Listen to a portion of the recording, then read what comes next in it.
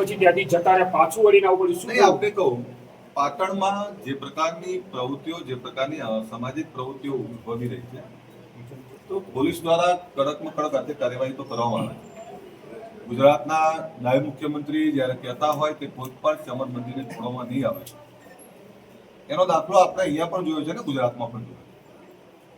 પરંતુ આ બધાની વચ્ચે કોઈ ગુનેગારોના હામી બનતું હોય તો એની સામે પણ સરકાર, પોલીસ તંત્ર કડક હાથે કાર્યવાહી કરવા માંગે છે.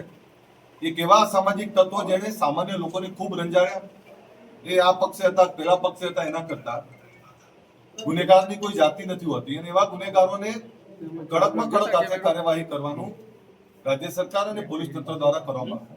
પરંતુ એમાં પણ કેટલાક ભ્રષ્ટ અધિકારી કર્મચારીઓ દ્વારા ક્યાંક એક કે બીજી રીતે ગુનેગારોને છાવરવા માટે અને મદદરૂપ થવા માટેનો પ્રયત્ન કર્યો હોય એ ધ્યાનમાં આવતા એવા સામે પણ કાર્યવાહી કરવી એવી અમારી માંગણી હતી.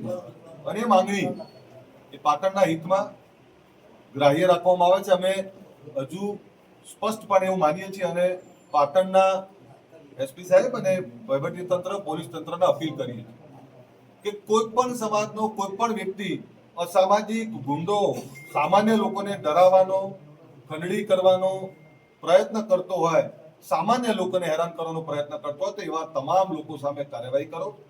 પરંતુ આપણા વિભાગમાં રહેલા લોકો પણ એવા ગુનેગારોના કોઈ હામી ના બને એનું પણ ધ્યાન રાખો. 23 તારીખે એક સંમેલન જે અમે રાખેલું એ ન્યાય માટેનું સંમેલન હતું, પરંતુ એમાં હું ફરીથી આપને કહું કે કોઈની સામેનું સંમેલન નથી.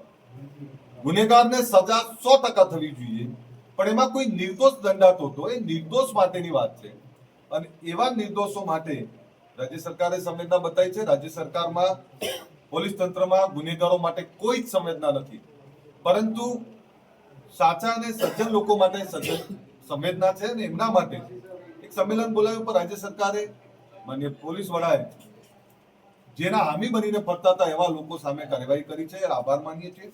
23 તારીખનું સંમેલન આ તબક્કે અમે મોકૂફ રાખીએ છીએ. અમારા આગેવાનો આપને ડિટેલથી વાત કરશે, પરંતુ પોલીસ તંત્રનો આભાર માનું છું અને સાથે અપીલ પણ કરું છું કે કોઈ પણ સમાજના અસામાજિક તત્વને છોડવામાં ના આવે. તમામ લોકોને જાહેર કરવામાં આવે ને એમાં સામે કાર્યવાહી કરવામાં આવે. અસામાજિક તત્વોને કોણ સાવરતું હશે? એ જે કોઈ છે, એ કોઈ પણ હોય, એ ચાહે રાજકીય નેતા હોય, કોઈ અધિકારી કર્મચારી હોય, તે બધાની સામે કાર્યવાહી થવી જોઈએ. અને એના પરિપાક રૂપે પોલીસ વડાએ એક સખત કાર્યવાહી કરી છે. ગુનેગારોમાં પણ ભયનો માહોલ છે અને ગુનેગારોને હામી બનતા હોય એવા કોઈ પણ એમની વચ્ચે પણ ભયનો માહોલ છે. પરંતુ હું તમામ અધિકારીનો આભાર માનું છું કે જેમણે આજે કડકમાં કડક હાથે કાર્યવાહી કરવાની. એ હમણાં ડિટેલમાં એમને તમે પૂછી લેજો.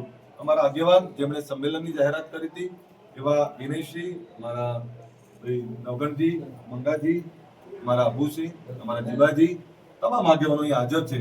વિક્રમસિંહ, બધા જ આગેવાનો હાજર છે. એ તમને ડિટેલમાં વાત કરશે.